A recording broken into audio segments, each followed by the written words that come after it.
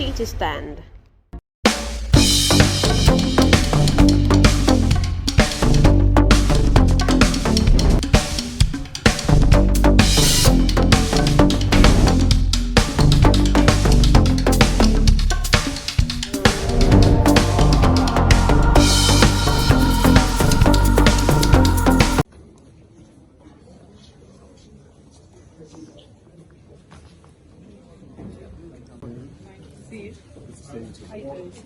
Not very well. There's a lot of insecurity about me. Okay, but health-wise, how are you doing? Yeah, I'm surviving. We can talk about Which one?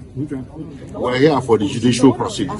The political solution now, we are waiting for federal government. You need to ask for the proceedings the last day. Absolutely. We're here for the judicial proceedings. We're here for the... We can address the other one. We'll do that later. And we have written a letter to them that they have not replied. Okay, no problem. They've not responded. Yes, they have not responded. I met with Attorney General as and mind you, the political solution was a solution actually suggested by the Supreme Court. Then the judgment. And most of you journalists should take time to go through some of these judgments and then come to your conclusion. Go through all the rulings and the judgments. You know we have no case to answer to. Very well. Thank you very much. Thank you. Thank you. Surviving. Not very well, just surviving.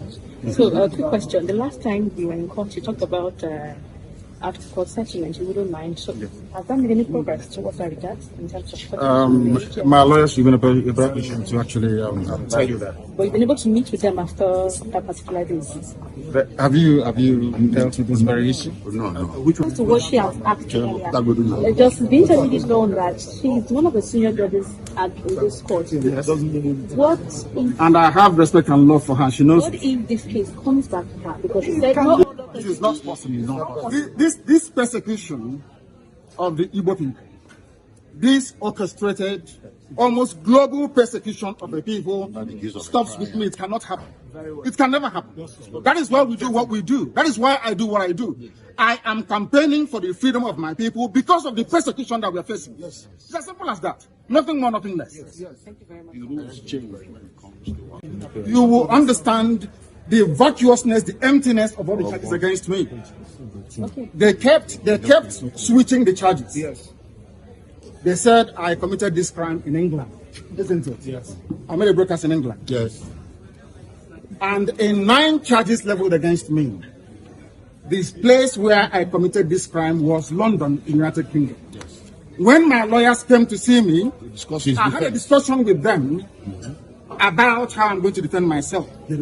I told them that no court in Nigeria has jurisdiction to try me. Because since this offense was committed in England, so they said, it's only a UK court that can give a Nigerian court the authority to proceed, isn't it? Yes. Based on that, they removed London. Based on that, they now amended the charge again and removed London. Location of the Location of the broadcast. Contrary to section 196, 174 of the Terrorism Prevention Act 2022. in violation of their own laws. In violation of their own laws. And you want me to stand trial under such circumstances? Is that possible? Nnamdi Kanu to stand trial where all these shenanigans are going on? It's not possible.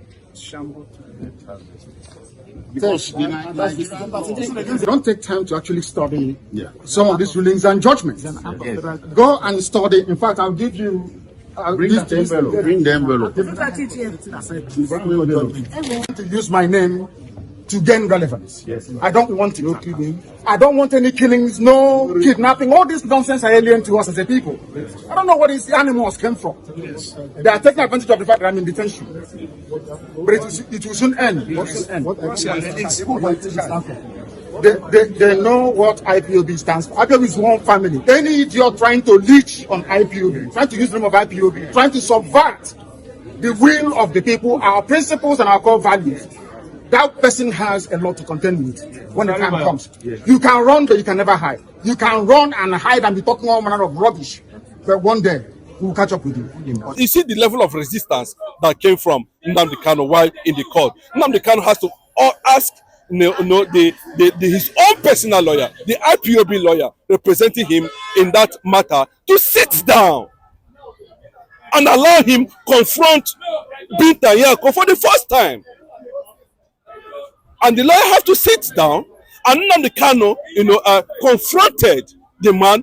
It's about conscience. It's not about really, when you know that you are not something is hindering you from performing your obligation as a high court judge. The judge herself feel bad that up to this moment, in as much as he has tried on so many times to get Nnamdi Kanu free, bowed down and subjected himself and collapsed to the mastery of Mazi Nnamdi Kanu in the court. He collapsed the Nigerian government judiciary in that place, in the court, and he acknowledged the truth about restoration of Biafra, even in the Nigerian court. That's what it means. That the Nigerian judiciary has finally, bowed to the truth, to the reality of Biafra restoration. Possibly, he was being amazed by Nnamdi Kanu, bravery, rhetoric, mastery, of the law. Not fully aware that Nnamdi Kanu also had a deep knowledge of international relations and the law and logic, which is not being used against Nnamdi Kanu. The law is not being used against Nnamdi Kanu. What is being used against Nnamdi Kanu is the interest of those who felt that Nigeria should fall under, Fulanization, jihadist, and of course, Islamization. The resistance you saw in the court yesterday by Mazi Nnamdi Kanu was a heavy signal all over the world, because not many people foresaw that Mazi Nnamdi Kanu could dwarf his own personal lawyer and put Nigerian judiciary in a proper tight corner that, to an extent, Binta Nyako herself was overwhelmed. And she said, I am withdrawing and I'm no longer interested in Mazi Nnamdi Kanu's case. The next phase, conquest of the judiciary, will be a signal that is going to bring in another person in position to take over that Binta Nyako and of course continue the case. But the Bola Ahmed Tinubu has continued to send a wrong signal, because he is supposed to know what to do. That at the mandate of the Attorney General of the Federation, or possibly the Chief Judge, the government can seek to withdraw any allegation levied against Mazi Nnamdi Kanu in that regard, and that sets Nnamdi Kanu free from DSS custody. Nnamdi Kanu is not in police detention. Nnamdi Kanu is not in jail. Nnamdi Kanu is in custody. Contrarily, it's against the law. So why would Binta Nyako she be afraid to interpret the Supreme Court judgment on Nnamdi Kanu? Their powers hindering Binta Nyako for doing the right thing? Their powers hindering her from doing the right thing? Yes, I think there has been an underground report of allegedly an emergency meeting that came up in the north when Nnamdi Kanu showed that mastery, showed that bravery, confronted. He asked the lawyer to calm down. This thing, let me even control the man. You understand? Yes, let me take this. After which he addressed the media. And you can see the impact and the reactions coming from the media. Everybody knows that something that is happening to Nnamdi Kanu currently now is something that has a deeper, meaning. Concerning the fact that we cannot stop this thing. The only people that can stop this resistance or can stop this advancement is the Biafran cause. And Nnamdi Kanu made it very clearly that Mazi Nnamdi Kanu, will stop oppression against the Biafrans in Nigeria. And he has risen. No reservation. Nothing ever. It will take Nigeria 250 years to break the ranks of IPOB. And as I'm talking to you, Nigeria is not even free because they cannot be able to curtail the excesses and the consequences of continuous detention of Nnamdi Kanu. It's not a matter of using the governor of Imo State, Hope Uzodinma, to play a smart game. Trying to make sure that their political interest is being reserved instead of, the people's interest.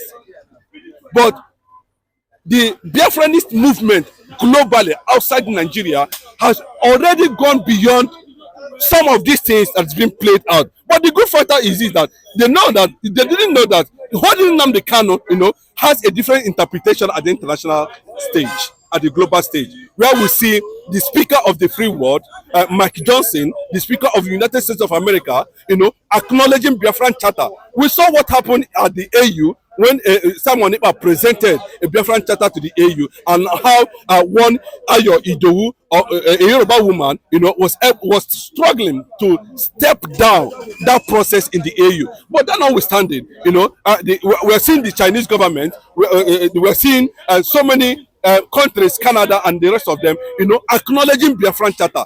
They don't know what they are doing, and at every point in time, they come close with this heavyweight congressmen, GOP members in the United States of America. They make reference to Nnamdi Kanu's ordeal in Nigeria. How would they be able to define a moment like this, where everybody is chattering towards a particular cause that does not benefit a free world? So Nnamdi Kanu is standing for a free world. And the consequences of keeping him there, will create a certain image that what the world globally is looking at is a moment where the day will come where, by hook or crook, the Biafrans will find their way out. With what we saw yesterday at the court, it seems drama has just started.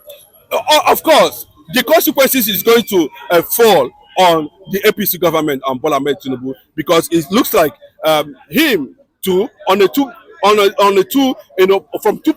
from different perspectives, is looking at using Nnamdi Kanu as a negotiation, as a political negotiation factor, to determine his re-election.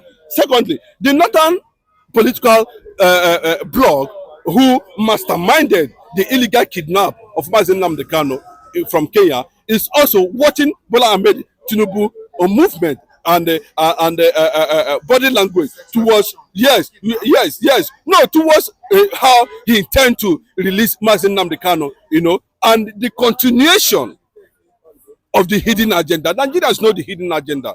If the Yorubas and the Hausas feel that they don't know the hidden agenda that is playing out, then we are telling the whole world that Igbo nation that houses other Biafran colonies knows about the hidden agenda, and resistance will continue from that angle. No matter how you look at it, it has made it very clear, because Nnamdi Kanu's bravery, mastery, sniper words against enemies of the cause of reality is what we come to understand, that at this moment now he has defined that no amount of force, man-made, can be able to stop the spirit from taking up where he is heading to. And where is the spirit heading to? At the global stage, all over the world, the Biafran cause, the Biafran spirit, the Biafran restoration agenda has continued to take a more deeper and deeper and deeper spread globally. That's a public affairs analyst on the program. The program is this time. Thank you so much for joining us on this program. Thank you so much. Nnamdi Kanu shouted down on his lawyer. Kanu shouted down on the chief presiding judge, Binta Nyako, and they started analyzing accurately on clarity-based Nigerian constitution, international law. What international law says about agitation, about violation of any sovereignty, national integrity, dignity. Nnamdi Kanu knows everything about United Nations laws. Let me tell you, there is law ideology. Kanu knows everything about international law ideology. See, he actually shouted down on Aloy Ejimakor, his barrister, shouted down on Binta Nyako to keep quiet. He started teaching the whole world about international laws, that he didn't know the reason why he was in the court. The federal government is a terrorist, that Binta Nyako is a terrorist judge, chief judge presiding over the case. That the Yoruba barrister representing federal government of Nigeria is a terrorist lawyer. Oh my God, I don't know why my voice failed me. I would have said more, much more than what I am saying now. Nnamdi Kanu is an embodiment of law ideology, internationally, locally. He knows Nigerian constitution more than Chief Justice of Nigeria, Attorney General of Federation, Ministry of Justice. They should go to court. Nnamdi Kanu is about to lecture them on law, what law says about Nigeria, our constitution, everywhere, that he is not contravened. They are the one contravening the law, Nigerian constitution. I mean federal government. The lawyers, the barristers representing federal government of Nigeria are learning. Infant lawyers, children lawyers, they are children. They are learning from Nnamdi Kanu. Law ideology, jurisprudence, international jurisprudence, international law ideology. Nnamdi Kanu knows it. Kanu actually outsmarted federal government of Nigerian lawyer, the presiding judge yesterday at the court in Abuja. I think I have to pause here because my voice is not giving me enough.